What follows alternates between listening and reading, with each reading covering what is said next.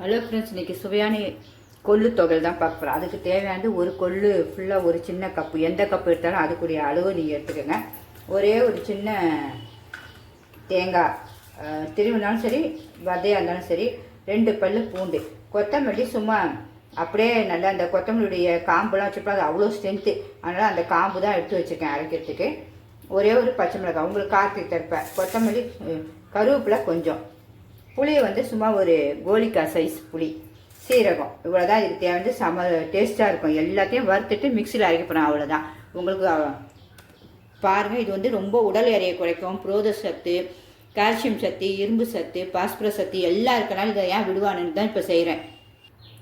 இந்த பாருங்க, வறுக்காத கொள்ளுக்கும் வறுத்த கொள்ளுக்கும் வித்தியாசத்தை பாருங்கள். அதுதான் காட்டுறேன். சும்மா சூப்பராக இருக்கும். அப்போ கலர் மாறிடும், வாசனையும் அப்படி இருக்கும், ரொம்ப ஹெல்த்தி. கொல்லியும் வறுத்தாச்சு, எல்லாத்தையும் லைட்டாக ப்ரௌனிஷாக வறுத்தாச்சு, அவ்வளோதான். இனிமேல் அரைக்க வேண்டியதான்.